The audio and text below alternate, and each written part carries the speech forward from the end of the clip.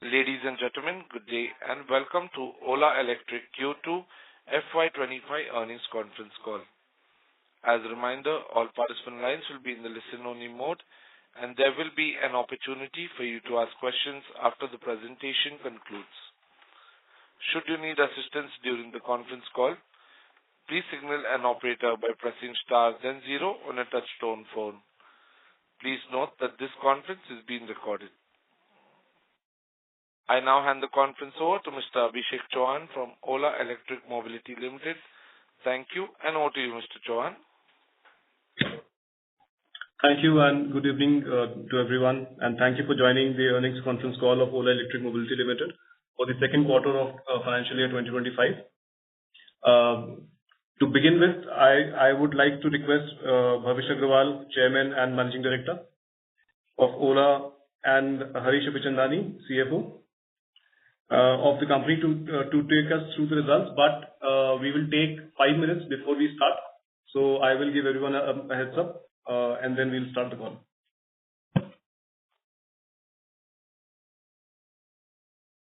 Good evening once again, and thank you everyone for your patience. Hope you've gone through the shareholders letter. Now, once again, to begin with, I would like to request Bhavish Aggarwal, Chairman and Managing Director of Ola Electric, and Harish Abichandani, CFO of the company, to take you through the results. Over to Bhavish and Harish. All right. Hi everybody. Good to speak again after a quarter. And this is Bhavish. So this is practically, I think, our first quarter in the public markets that we are giving you an update on. Before that, actually, in the last quarter, we had done the IPO, and just 3 days after that, we had quarterly results. So, and this time, we've also changed our format of how we are updating all of you. We've also changed the way we are, some financial metrics are being,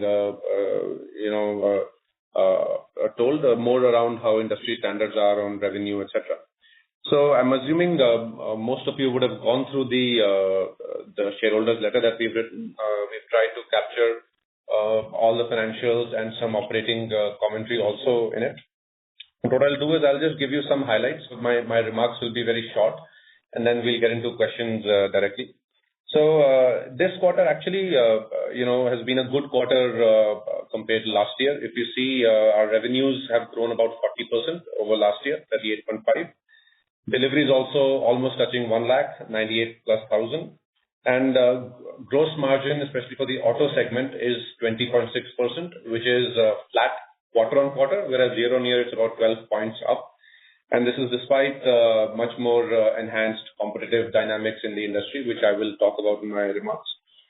So I think key highlight for us in Q2 has been that we have maintained our market leadership. Market share is around 33%. And this is also a quarter where competitive action got aggressive, and we will comment a bit on that. One key area of focus for us going forward on the market is to expand distribution.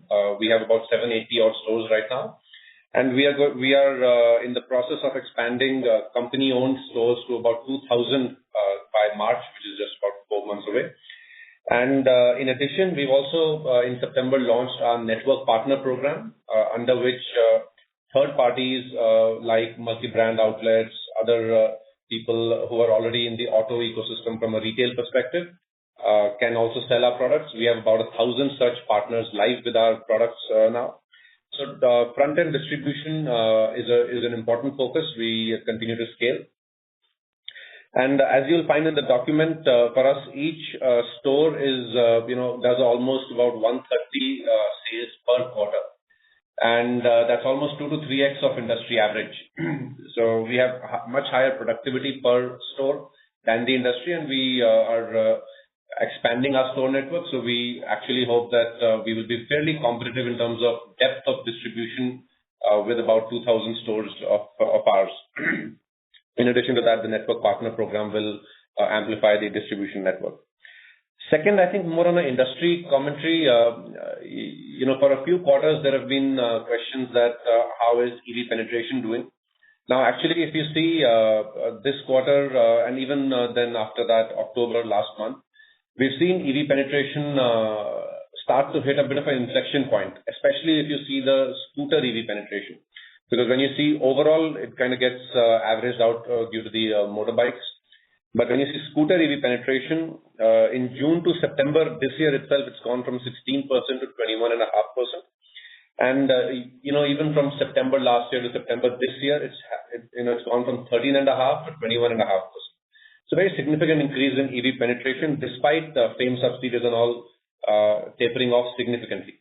So we believe that the EV scooter penetration is actually at an inflection point now. And if you also look at it regionally, many states like Rajasthan, UP, Maharashtra, the big states are around between 30 to 45% EV scooter penetration. In fact, Rajasthan is actually 47%. So this shows how, while some states are racing ahead, eventually all states will get here. So it's a question of just supplying, adding distribution. So that's a very good, encouraging sign in the industry. And in many ways, while on a daily, monthly level, there's a lot of operating noise, the fundamentals of the EV transition of India remain very strong. And as the leader of that transition, we actually feel very confident of this inflection point. Another commentary which played out, another point which played out in this quarter is, as we had launched our mass market portfolio a couple of quarters back, this quarter is where it really came into its own. We were able to supply at almost full demand. Quarter on quarter, our mass market products, the S1X portfolio grew 15%. And despite the growth in mass market, our premium market products continue to be a majority of our revenues. We have a very good balance between the two products. And another point you'll find in our shareholders letter as you read deeper would be that our margin profiles across both mass and premium are actually not very different, because it's built off a platform architecture. So we are very easily able to control BOM costs as we go down the mass ladder and hence make similar gross margins. I want to reiterate our strategy, which we've been consistently following over the last couple of years, or ever since we started this company. And every quarter I would like to give you guys an update on how our strategy is progressing. There are three key elements of our strategy. Firstly is broadening our product portfolio. In the scooter segment, anyways, we have the most largest product portfolio with 6 scooters from 75,000 rupees to 1.5 lakh rupees. And in August this year, which is in Q2, we launched our motorbike portfolio, especially the Roadster portfolio. And the first bike is on track for deliveries next quarter. So we are on track with our motorcycle launch and execution and delivery roadmap. In addition to just the Roadster series, we also announced a bunch of other motorcycle products which will come out through the next year or two, as well as the Gen 3 platform, on top of which more scooter products will be coming. And you'll see a chart in the shareholders letter where it shows you just a time view on some of these products. There's been some media speculation in the past, and about us working on three-wheelers. So yes, we are building three-wheelers. The beauty is that it shares the same platform as our S1 in terms of electronics, battery architecture, powertrain. Only the mechanicals are different. So you see the three-wheeler product roadmap also in that chart.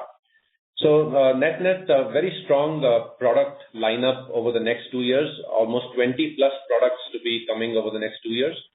And, more than actually one per quarter. So we are quite excited and starting next quarter itself, we will start seeing a lot of product rollouts from us across categories. So that's strategy number one, which is broadening our product portfolio so that the EV transition, EV revolution can be more broad-based across the 2 and 3-wheeler industry in India. Second strategy for us is continuing to expand our distribution and service network. And like I mentioned in a previous point today, that we're going to 2,000 stores. We already have 1,000 network partner stores, and we will increase that also by March. So net by March, we'll have more than 3,000 retail points, 2,000 of ours and a minimum of 1,000 of network partners. Now these stores for us, as you know, are co-located with service infrastructure. So as we are expanding our sales network, our service network is also getting expanded. Over the last quarter or so, especially in Q2, we had a bit of a capacity challenge in service. Our sales had expanded much faster than we had expanded our service network. But I would like to inform everybody that almost all of the backlog that was there because of the capacity issue has been solved now. And we've added capacity also, as well as we've as a one-time solved almost all of the backlog, more than 95%. And now, in service, our T+1 service, which is, let's say, if you give your vehicle to me to service today, either today or next day I return it to you, is almost 80%, which is more or less at industry standards. So, but we are continuing to expand both sales and service infrastructure. Our focus is to we've invested very solidly as well as deeply into the back end of the business, which is the factories, the manufacturing, vertical integration. We are now focused on really expanding our distribution to be as close to the customer in both sales and service as we can be. So that's strategy number 2. And in the letter, you will also see some maps and how the network is densifying already. The third and most important in my view is a continuing focus on technology, innovation, and vertical integration. So in August this year, again, just 2 months back, we had announced our Gen 3 platform. Now, as you all might remember, and since you all track the company closely, Gen 2 over Gen 1 had saved about 20% of BOM cost and hence gross margin for us. Now, Gen 3 over Gen 2 will be a similar saving. And I'm actually very happy to announce that while we had said Gen 3 will come out in August next year, we are now bringing out Gen 3 products 2 months from now, which is January. So, the S1 scooters on the Gen 3 platform will be coming out in January. And then through the year, the whole 20% of margin savings will be step by step coming in. So some savings will come in January, and then many more every quarter as all of the Gen 3 technologies come into play. So that's a very good highlight. Our engineering teams and the manufacturing teams have really executed well to bring in very significantly from August to January our timeline on the Gen 3. So 3 strategies, like I said, broad product portfolio, very large distribution, company-owned as well as partner, and continuing focus on technology innovation and vertical integration. And finally, on the vertical integration point, I would like to share with all of you that our cell project continues well on track. There's a program timeline in the shareholders letter that you can refer to.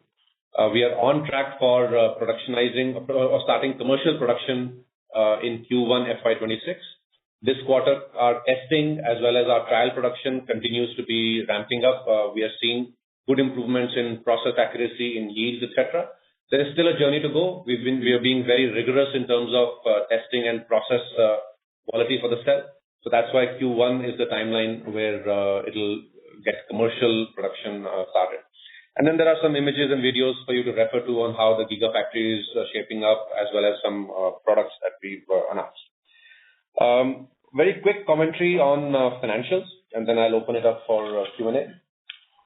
So on financials, you can see year-on-year gross margins have improved significantly. EBITDA margins have improved significantly.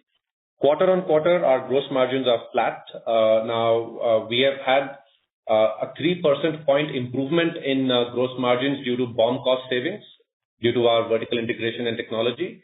Part of that, which is about 1 percentage point, we've invested back into discounts to grow.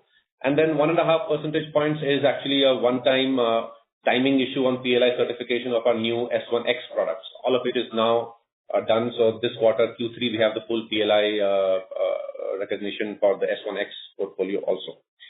And a general commentary I want to give on gross margins looking ahead also is because we've also pulled in Gen 3, and in addition to Gen 3, we've been doing a lot of other technology and manufacturing integration work.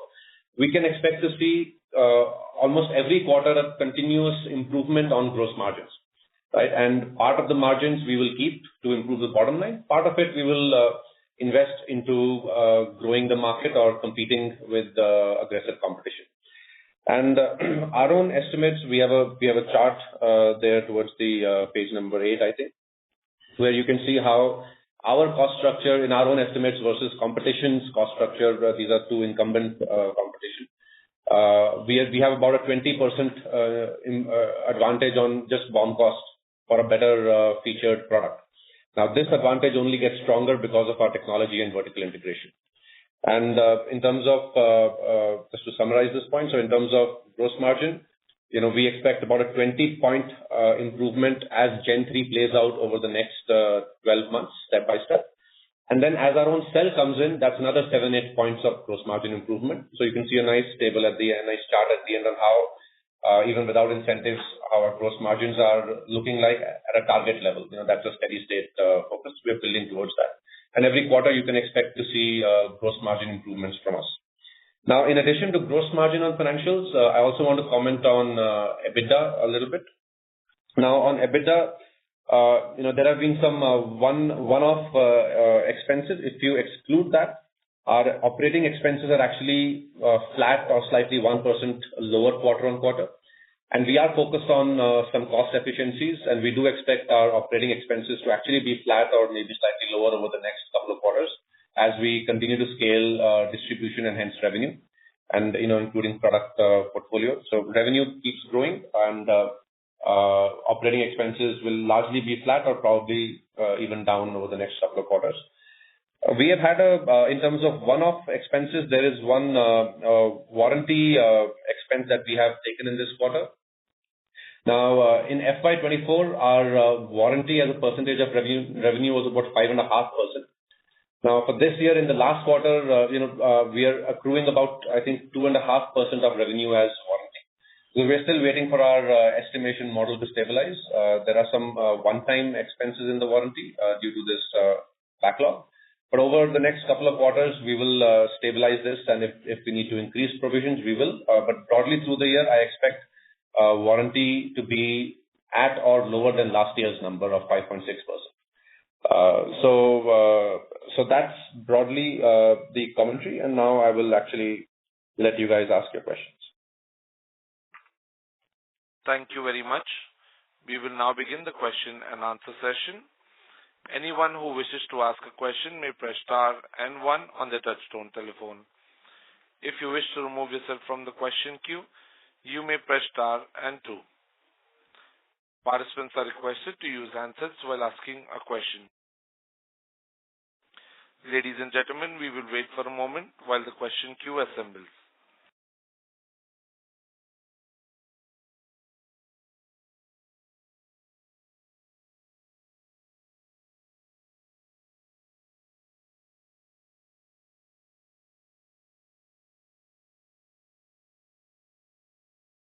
The first question is from the line of Chandramouli Muthiah with Goldman Sachs. Please go ahead. Hi, good evening, and thank you for taking my questions. My first question is just around some of the one-offs that Bhavesh spoke about just now. So there seems to be a pickup in both other expenses and wages quarter on quarter, in spite of having flattish or slightly better gross margin performance quarter on quarter. So just trying to understand around the IPO, were there any flotation costs, were there any appraisal costs, and also if you could size out maybe in rupees crores what those expenses were, and also just the warranty one-off that you might have taken this quarter, what the size of that could be. Sure, Chandra. I'll take a first attempt, and then maybe Harish can add some specifics. So there were actually 2 or 3 one-off costs. Obviously, there was an IPO-linked cost. Then there was this annual launch event that we do. There were some costs linked to that. And then thirdly, obviously, an annual appraisal, which was also put, which happened in this quarter. So all included, I think these 3 added up to about 30-odd crores, Harish. 36 crores.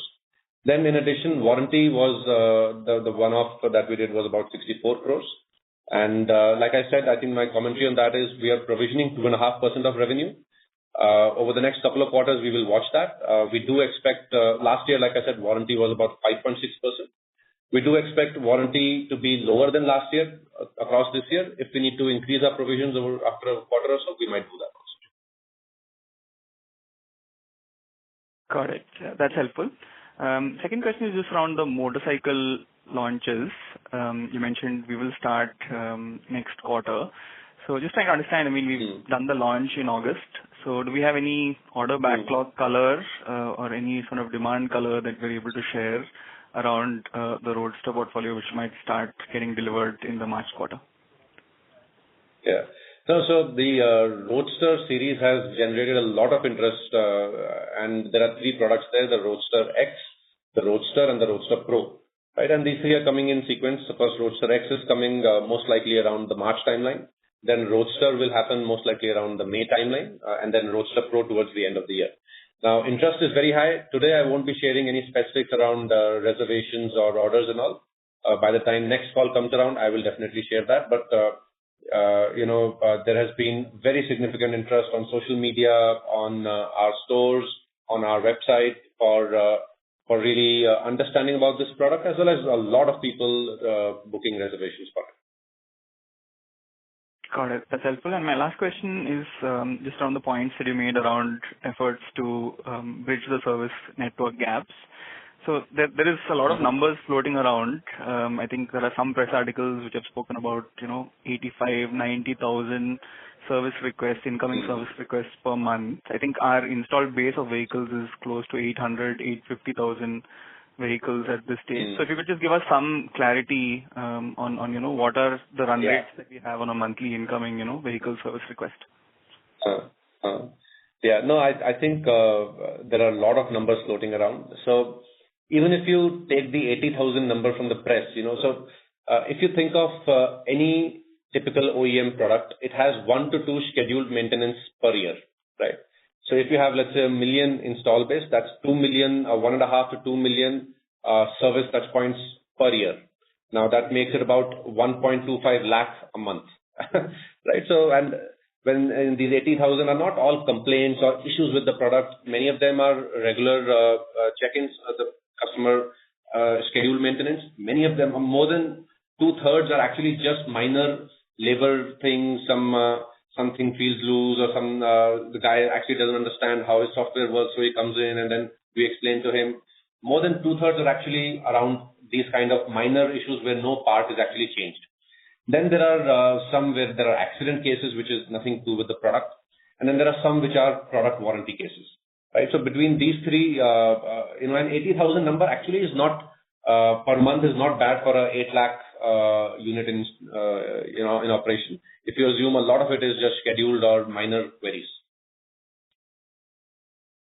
Got it. That's helpful. Thank you very much and all the best. Thank you. Yeah.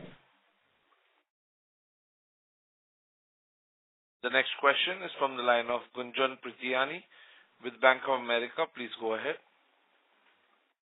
Yeah, hi team. Thanks for taking my questions. Bhavesh, I just wanted to go back to the points that you made initially, that EVs are at an inflection and market is growing. When I look at the numbers for Ola, of course, this is a business in nascent stages. I would ideally think that the base of volume sold every quarter should consistently go up, right? So when I look at the quarter 2 volumes, clearly premium is something which is almost halved from last quarter levels. And I'm just trying to understand, is it more to do with our focus on mass expansion? Just the number quarter 1 to quarter 2 volumes going down is something that if you can explain, how are we approaching that? Because this is an expansion market, right? I mean, it's a very nascent market at this point of time. See, for us, for seasonal as well as some regulatory reasons, Q2 has always been a bit of a dip over Q1. So if you see FY24 also, Q2 was a dip over Q1, and FY25 also, Q2 is a bit of a dip over Q1. Now, there is a seasonality also in the industry, and also generally, whatever fame reductions the government does is around the start of Q1 or the end of Q1. Last 2 years, that's been happening.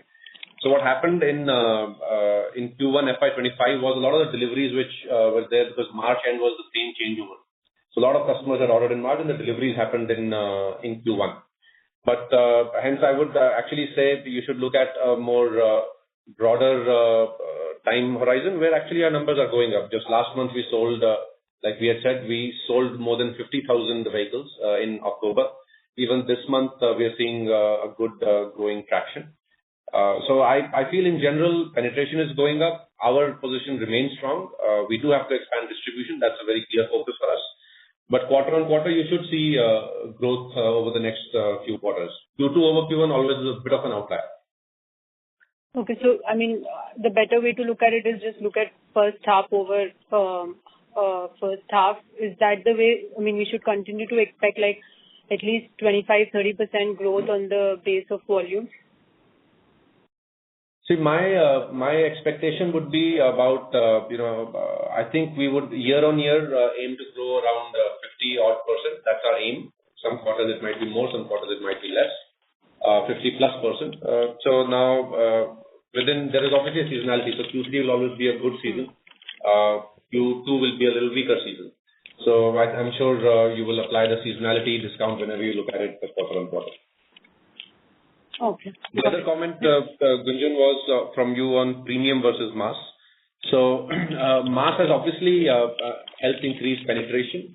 Our focus is to let both of our portfolios, premium and mass, grow in the market. We are not really worried about cross cannibalization since gross margins are broadly similar. And premium, like I mentioned, also makes about just about 52% of our revenue. I think overall, so majority of our revenue comes from premium. Now, looking ahead also, even after Q2 in October, we've had generally similar ratios. The premium continues to also grow, while mass is really the one growing significantly. Okay, got it. That's useful. The other thing that I wanted to get your thoughts on are these, regular schemes. Now, whenever, particularly BOSS, when it got launched, I mean, it just tends to create a lot of nervousness around how you're thinking about the margins because these are clearly very high discount schemes, right? So, I mean, how should we think about these recurring schemes coming back to the market and then, we sort of getting nervous about, is it chase for market share? How should we think about margin? If you can share your thoughts on this as well, please. Absolutely, Gunjan. So, see, our directional commentary on this is we will balance between growth and profitability. But given the balance, gross margins will continue to improve quarter on quarter because, like you saw, even in Q2 over Q1, despite additional discounts in Q2, we had discounts around our Sankalp event, we had discounts around our IPO period, we had discounts in September a little bit. So despite more discounts in Q2, we still kind of had a flat gross margin. So like I said, 3 points went up due to BOM cost reduction and 1 point we invested back in addition to into pricing and discounts. Now in Q3 also, while we are investing into discounts, our general direction would be that quarter on quarter gross margin will incrementally go up only. So we are seeing BOM cost savings even while Gen 3 will come in next quarter. There are other lot of vertical integration activities that are playing out, which continue to every month actually keep improving our BOM cost and hence improving gross margins. And then some of that we keep investing into pricing and discounts. Our strategy is to continue to gun for strong penetration and market leadership. And like I said, we have a very significant BOM cost advantage over competition, which is only increasing. So, while we are investing from our margins, I think at some point competition will actually have to see how they invest from balance sheet versus their gross margins from this product. So to summarize, you can expect increasing gross margins despite discounts. And fair to assume that the savings that you will get from the Gen 3 as well as the battery vertical integration, I mean, roughly around 25 is, I think, what you've quantified. At least 30-40% of that goes in terms of reinvesting, in terms of, making the pricing better, enhancing the adoption. Is that a broader way from a midterm perspective to think of it?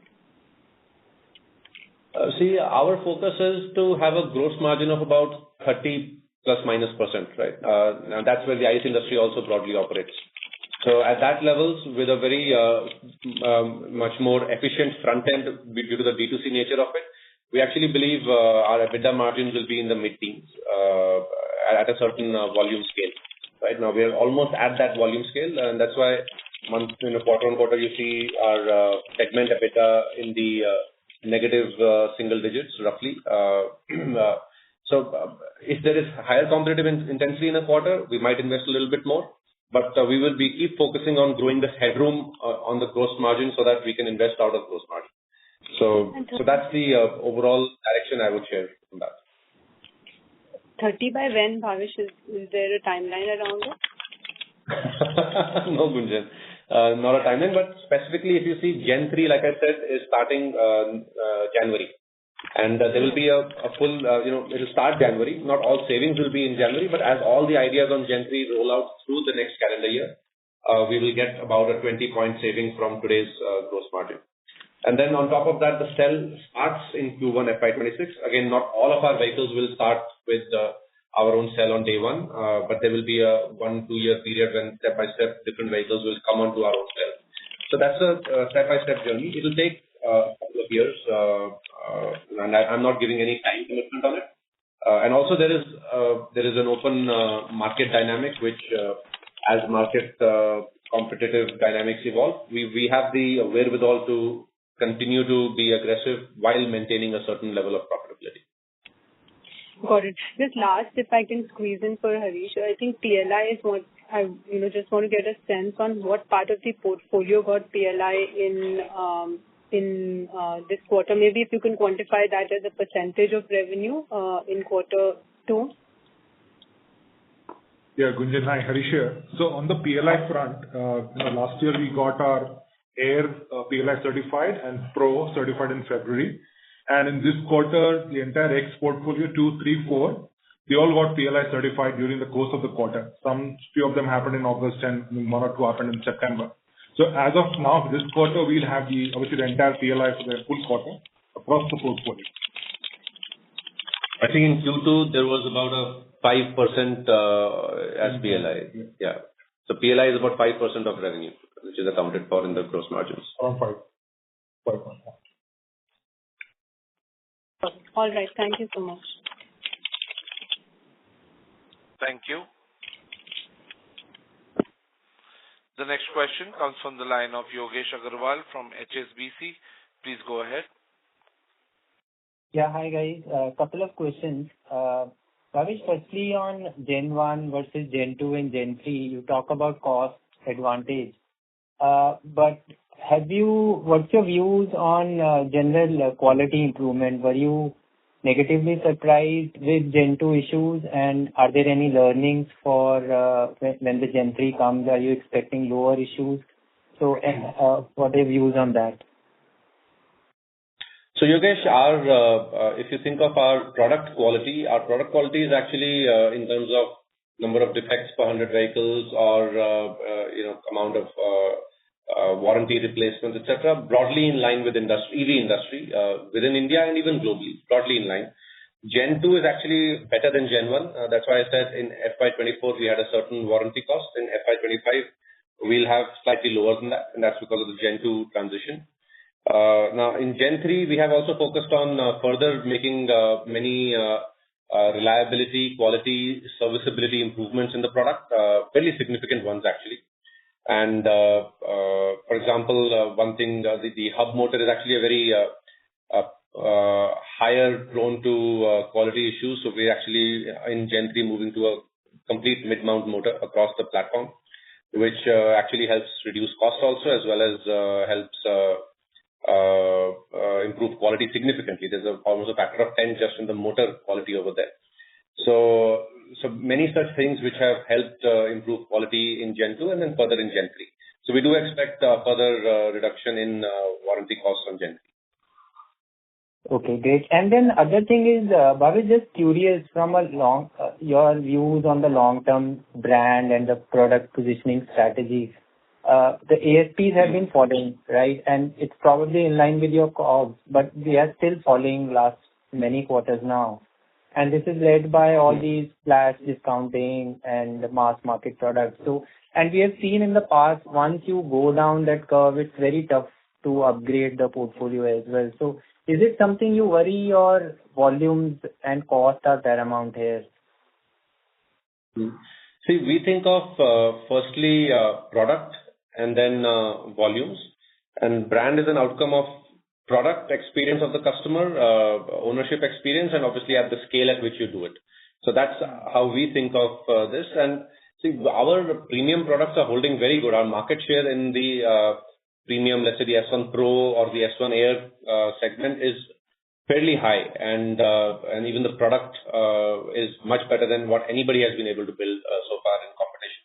And there are very strong loyalist customers. Many of them have brought multiple S1 Pros, S1 Airs, etc.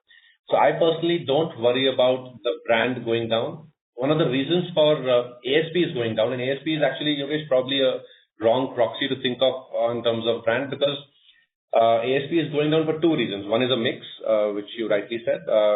Second is actually just as fame is reducing over the last 2 years, that fame has come out of revenue, right? So for the whole EV industry, fame would be falling, and hence ASPs would be falling. Very well. Thank you so much, Bhavesh. Yeah. Thank you. The next question is from the line of Rishi Vora with Kotak Securities. Please go ahead. Yeah, hi. Thank you for the opportunity. Bhavesh, just on the mass market portfolio, right? Obviously, on a sequential basis, we have seen a double-digit volume growth. But now, given that where our pricing is versus the iScooters, when will that next leg of growth, as per you, will come through? Because I think our models are there in the market for last 2-3 quarters. So, what is stopping the customers to, now shift from ICE to EVs, given that even now the upfront cost is maybe similar or lower in some cases? So, Rishi, like I mentioned in my opening remarks, we actually believe there is a EV penetration inflection that is happening already in the scooter industry. There were 2 or 3 key drivers for this, and many of them have come in place over the last couple of quarters, and some still have to be done over the next couple of quarters. Firstly, purchase price parity. Now, that is all done more or less, especially for our portfolio. And a better cost of ownership for EVs with a purchase price parity is a very compelling proposition, and customers are starting to recognize that. Second is distribution penetration. Now, while we have 800 stores or so, competition is now selling in more stores, about 3,000-4,000 each of them sell in their analyst commentary. But our stores sell much more because we have the best product at the best price. Now, as we expand our stores to 2,000, we actually believe we will be much closer to customers for them to truly experience the best EV product and at the best price and the best overall package. So that's number 2. And third is also expansion of the service infrastructure for us. And service infrastructure in EV is also not just an Ola problem; it's an industry problem, because training the mechanics in EV battery maintenance, motors, electronics, all these are new things, software. So we are investing effort into doing this, which I believe probably the last leg of confidence the customer needs. We don't see any major concerns or questions around charging in this ecosystem because two-wheelers are not very dependent on public charging. Now, all of these things are coming together. In many states, for example, I told Rajasthan has 47% scooter penetration, EV scooter penetration. And this is based on our estimates of the scooterization of the Rajasthan market. UP, Madhya Pradesh are around, I think, 35-odd%. Maharashtra, Karnataka are around the 25-30%. So these are the states which are large enough states and yet have high scooter EV penetration. And this penetration has actually happened in the last 6 to 9 months as our mass market portfolio has come on. So as now we have almost 1 million units in operations, 8.5 lakh or so. More people are seeing their friends, so more people are getting more confident. So it's a matter of, again, just all these things falling in place, and these all different themes actually compound on each other, right? So that's where you are seeing already an inflection in EV penetration. I have a chart in my shareholder letter on page 5.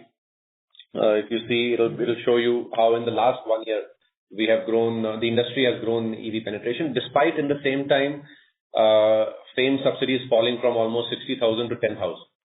Right? So it just shows how the industry and the penetration is growing.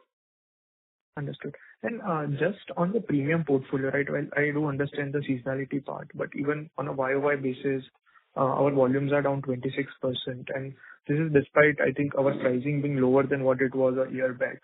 So, is there something which we need to be concerned about, or is something which you think is a very quarterly phenomenon that should start normalizing in the subsequent quarters? This is a quarterly phenomenon. I wouldn't be too concerned about it. There will always be some cannibalization when we launch mass products, which we have. From our vantage point, like I said, we are not, and my commentary to all of you would also be that don't assume mass products have lower margin. That's why if you see, even though the ratio in Q1 FY25 and Q2 FY25 has changed, yet the gross margin is actually flat. And that's because broadly the gross margins are in the same zone for us, broadly, a few points here and there. So, and for us, many customers were buying premium EVs earlier, but they wanted a product for TCO. So now there's a mass market products for them.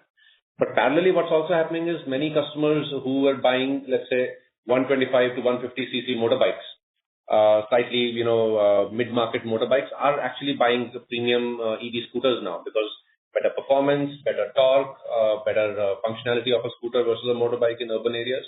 So there are many market dynamics which are very hard to forecast beyond a point. And that's why our strategy and effort is to just let these products be in the market.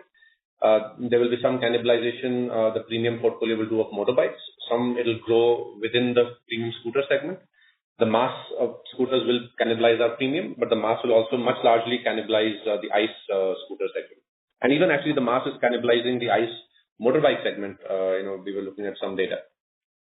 And just last question on the distribution side, right? So, before our IPO, our experience centers were at, I think, around 935. Currently, we are at 782. And in our RHP, we had guided that we'll add 300 experience centers by FY26. And now,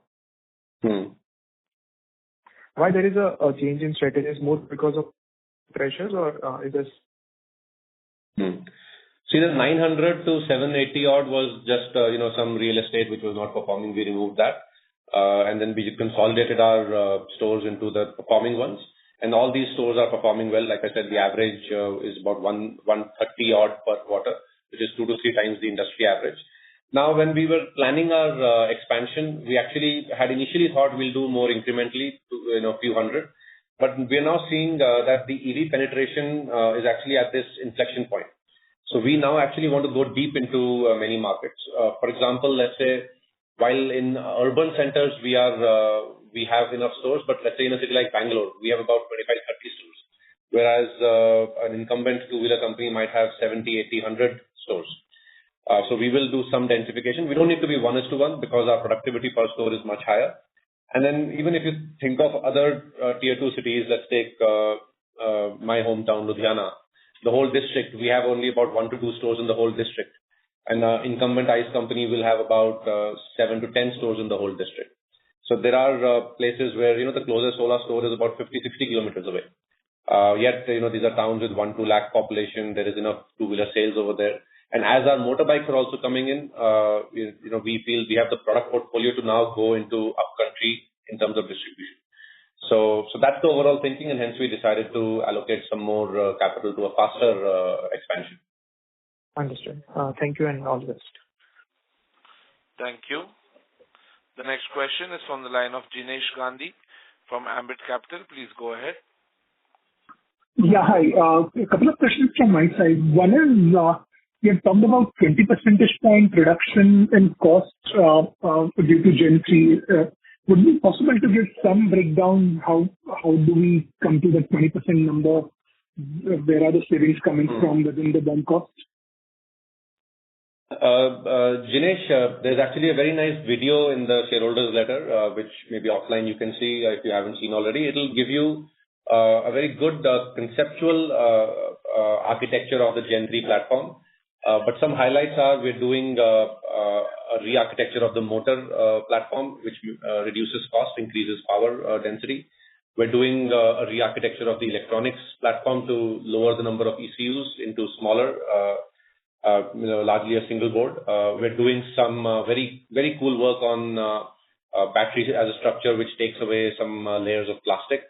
We're doing some very interesting work on the way the mechanicals, the fabrication of the vehicle happens in the factory, which reduces the manufacturing cost. We're doing more automation in the factory. We're doing more vertical integration, some things which we were outsourced to suppliers, like, for example, the motor tier 2s. We might bring some of those things also into our own manufacturing because we see a very quick return on capital on those things. So all of these added up get you the 20% savings.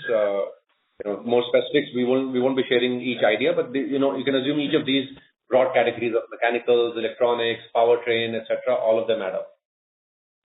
Got it. And effectively, by next quarter, 3Q, our PLI should go up from 5% to 13%, given all our products have been approved, which are there in the market today. Is that the right way to think about PLI? Harish? Yeah.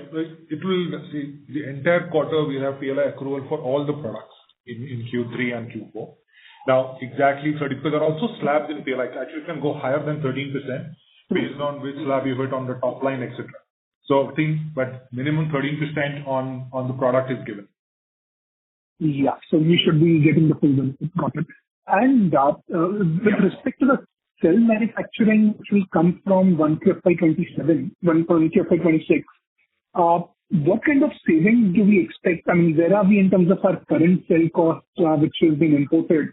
And what would be the cost of manufacturing for us for the upcoming cells? Sure. See, on cell, I will actually comment first on the segment P&L. So, because you'll have to look at the cell segment P&L differently and the automotive segment P&L differently at that point. But if I give you right now a consolidated number, see the cell at a gross margin level will be much more profitable on day one versus procuring from outside. But there will be some costs we will be incurring for scale, which will be, we will grow into that as the cell production scales. So roughly about 5 gigawatt hour is when our own cell production will be much cheaper than procuring from outside. And that's the 7 to 8 points of savings further. So that will happen by the time we get to about between 3 to 5 gigawatt hour. Got it. And lastly, can you talk about the capex plan for FY25 and FY26? So on the capex plan, what we have also highlighted in our book and continue to engage on that is that there is a cell project which is currently happening. You note that we have completed 1B is in progress. Then that will be followed by scaling up from 5 gigawatt hour onwards, for which around 1,200 crore has been already raised in the IPO. That's the current roadmap from now for FY25 and FY26, and then beyond 5 later. The auto side, there is obviously new product launch which are happening. The motorcycles, the three-wheelers we spoke about, that will require a certain level of capex, followed by capacity expansion from a current 1 million onwards to 2 million. So these are the largely broad buckets of capex is where the investment will go into the coming couple of years. If I add to that, Harish, on the product development capex, there are two things. One is the factory expansion, and second is actually the R&D or the investments on the tooling, etc., which is more on the product things. So our factory expansion since the factory is already built out for much larger scale, the factory expansion capex will not be similar to what we have done so far. So that will be much more tapered down, even as we increase volumes. But for each new product we build, there will be some capital expense across tooling and testing and some homologation, etc., etc. Right. So our first half is invested roughly about 280 crores. So here should be close to 800 to 1,000 crores, given that the cell investment will also culminate in terms of the cash flow side.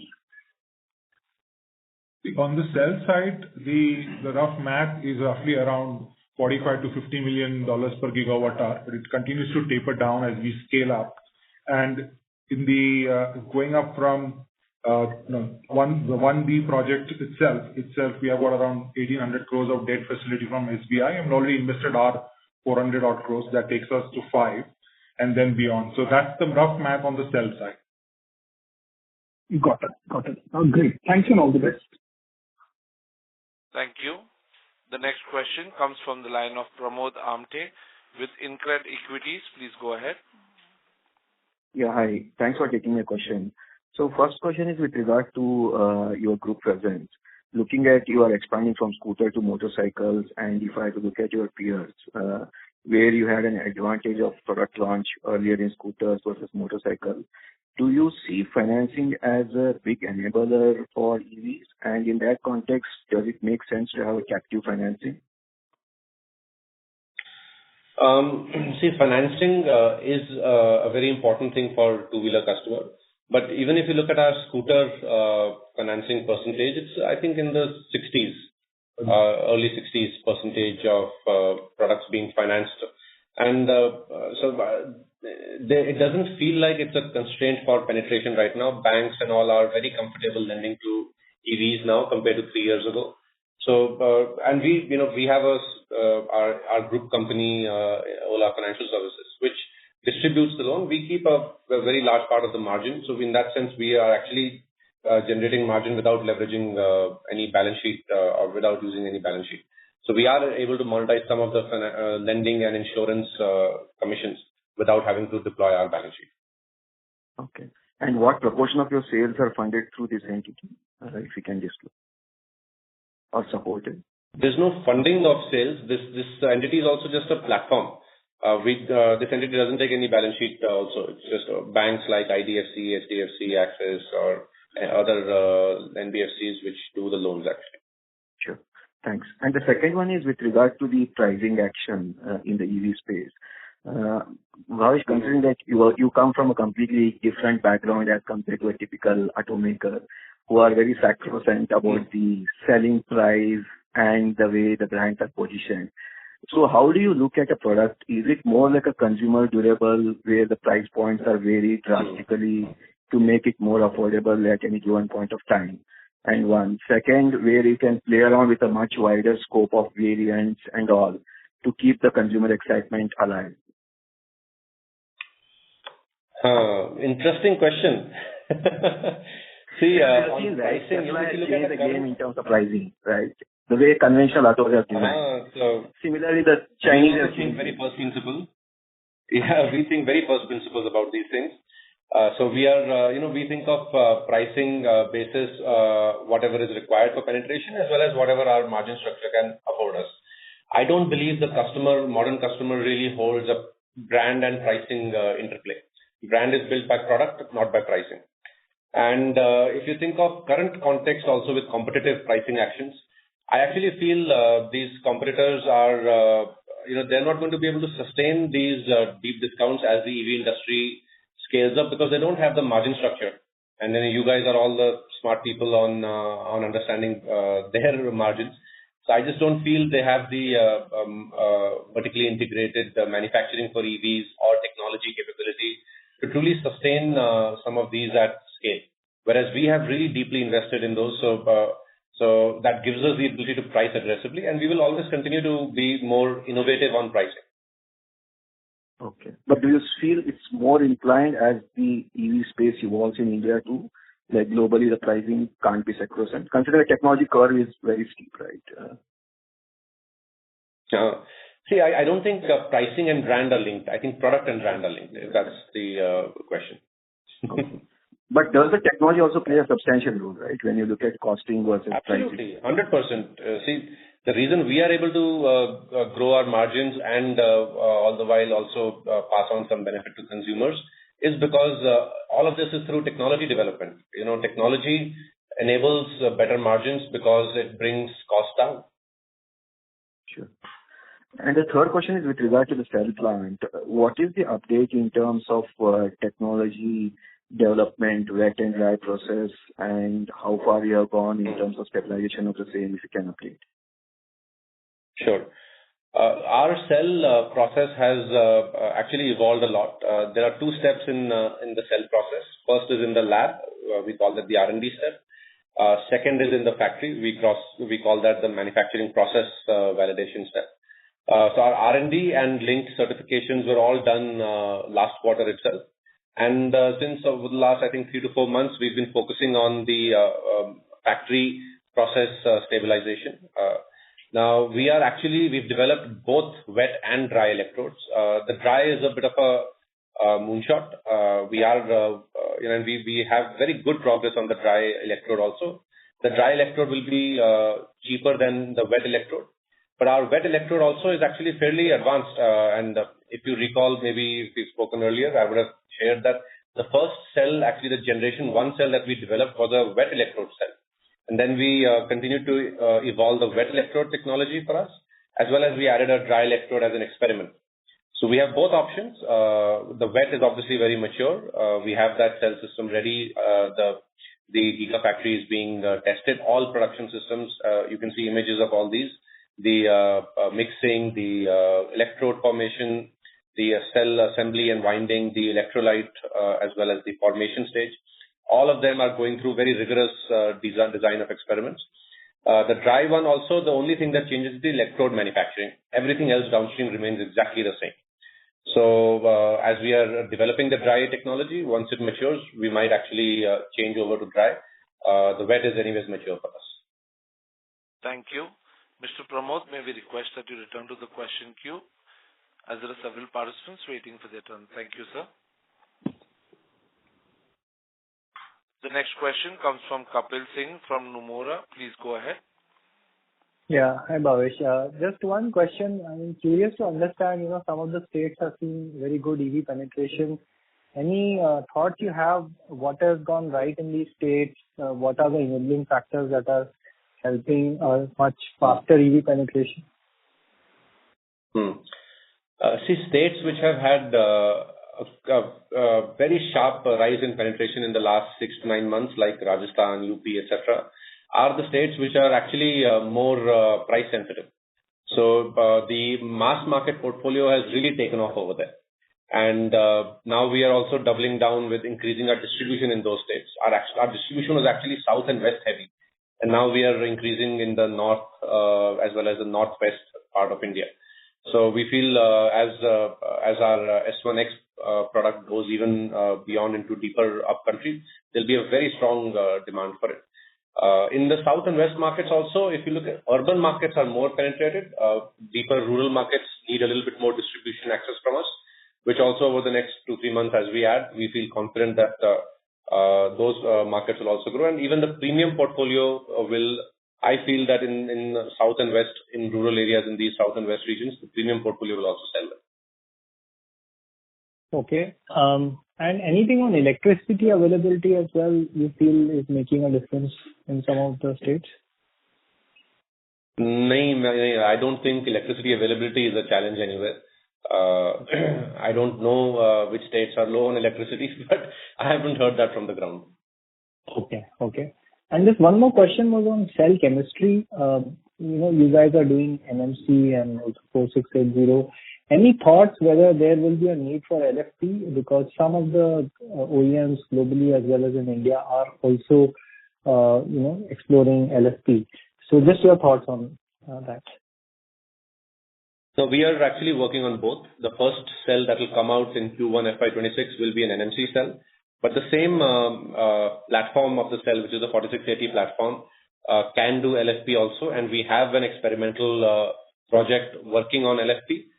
We have cell systems which are undergoing testing on LFP, although we are still maybe a year and a half or 2 away from productionizing it. The first step is actually to get the NMC cell up and going. And then in the same cell system, the same manufacturing facility, we can do LFP also. Sure. That's all from my side. Thank you. Wish you all the best. Thank you. Ladies and gentlemen, in the interest of time, that was the last question for today. I now hand the conference over to Abhishek for closing comments. Thank you so much, everyone, for your time and all your questions during the call today. And once again, thank you so much for joining us, and we look forward to meeting you all during our next earnings conference. Thank you. Thank you. On behalf of Ola Electric, that concludes this conference. Thank you for joining us, and you may now disconnect your lines.